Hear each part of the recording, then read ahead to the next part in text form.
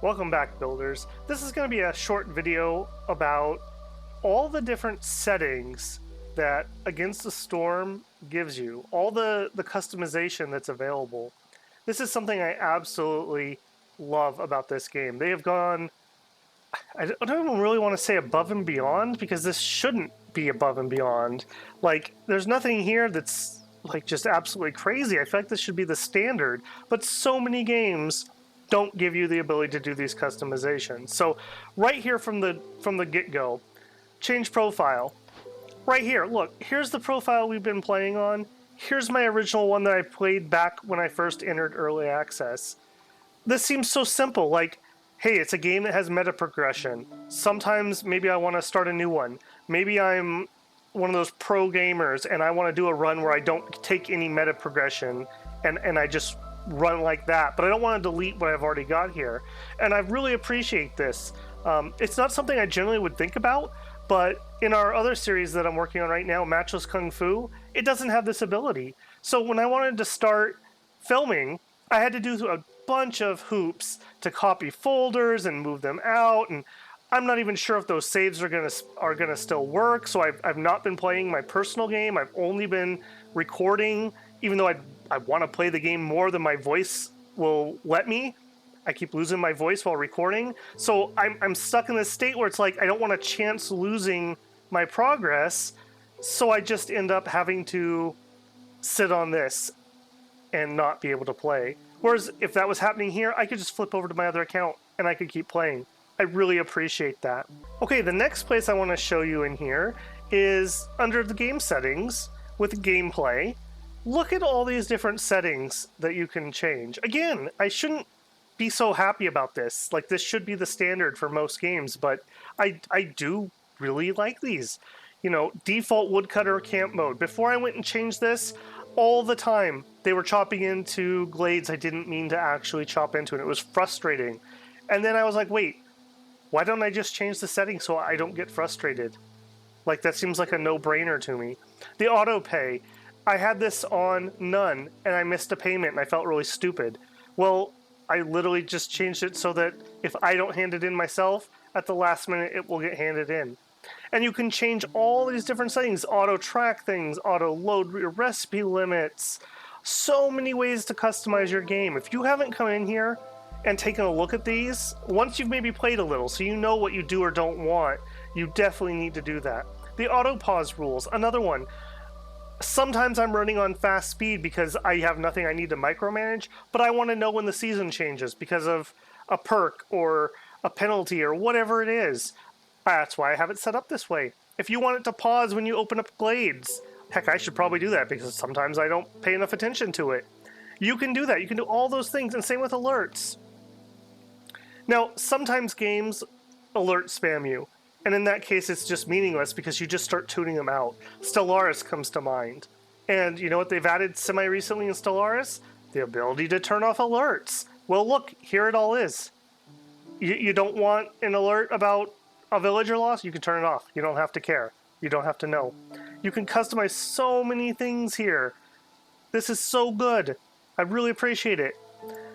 Key bindings, again, pretty standard, but I feel like these ones are above and beyond. Like, look, one that I always want, I want a path shortcut, because that's something I build a lot. I could do that. You could set up building ones. In most games, when they do that by default, I never like the keys they've picked. Well, here I can pick my own, and there's no compromise I have to make. So when I stop being lazy and come in here and set that up, I'm sure I will use it forever once I do that. Down here, you use a weird keyboard setup. You have a non-QWERTY keyboard or something. You can do that easily in here. You know, some games that's a big thing. Like, you can't rebind WASD or speed. Maybe you like the F keys for your speed times. Whatever it is, you can come in here and get those all changed. All right, I'm going to take you in one more place and show you some more settings that I think you should take a look at. Okay, the next piece of customization I want to talk about is the ability to change the difficulty so easily. Now, yes, I know it's okay, yeah, you just do it at the beginning of the game, but what I mean by that is, I think we often forget every game is somebody's first game. If you've never played a city builder, or you've never played any games of this type, Settler might be challenging for you. I was reading on the forums somebody who said they only played, I don't know, it was an FPS or something, and they'd never played anything else, and they were struggling with the tutorial. And it's like, oh yeah, noob, whatever. You know what? That's awesome. I'm glad he's trying this game. He'll probably like it if he can get over the difficulty hump. It's going to be something so different than something he's ever played before. And that goes for so many different circumstances. Yeah, I don't think if you've played games and for 30 years you need to play on Settler, but having that there, and it's well balanced. It has the game mechanics. I played one game on Settler when I first got the game. It was far too easy. I immediately jumped up to Pioneer. It was easy. I immediately jumped up to Veteran. I didn't know the game well enough and I lost. I just bumped myself down to Pioneer for the next game. I was happy. I found the exact difficulty I wanted to play at. It was challenging. I was learning mechanics. It wasn't so crushingly hard I couldn't understand why I was failing. Now I'm playing at Viceroy all the time because Veteran's easy for me now. I've got some meta progression. I remember how to play. I've learned new things. Many people, they're playing up on Prestige 20 because they've played 1,000 hours of this game, and they can do that, and it can be challenging for them. If I tried to play on Prestige 20 right now, I would probably fail.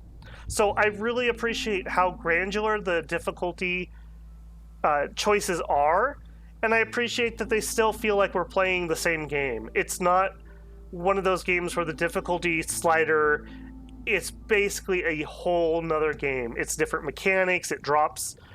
And this does have like Blightrock comes in here, but I mean like major game systems get dropped sometimes in other game difficulties. So I think this is an excellent way to customize your experience. Whether you're a new player, a veteran player, whether you want a chill experience, whether you want to sweat it out, you can pick exactly what you like. And there's a little bit of capping, like I could only do up to Prestige 1 right now, but that's totally fine. That's in keeping with this game's meta progression theme. I think it works. Okay, now we've jumped into a map here, and I want to show you the last area of customization that I really appreciate, despite the fact of not really showing it off here on the channel. You can come in here and you can set up production limits. So, for example, for fabric, nowadays when I get started on a map, I usually start with 4 or 6. And you can just set that up, and you can save your recipe limits. Bricks, I generally start with 6. Planks, I generally start with 10 or 12 depending on what I'm planning on starting with. You could go in here, jerky, I almost always set that to 50. You can save these and set it up so that you load them automatically, and you can load these just every map and you don't have to go in and set them. I was playing a kind of a difficult map yesterday where I didn't get orders. That was the map modifier. So I had to do my entire bar without getting any reputation from there. I was trying to finish a bunch of trade goods to sell. My idea was I was going to sell those for Amber, use the Amber to buy things to kind of rush people being happy so I could win. I forgot to set the limit on packs of building materials at the post. And so I was making these horrifically inefficient packs for a long time. I needed like 50 of them. And the whole time I was like, man, I'm struggling on planks. I can't get any planks. I built 2 lumber mills and rain punked them because I was like, I don't understand. Am I burning them? Like, what did I do?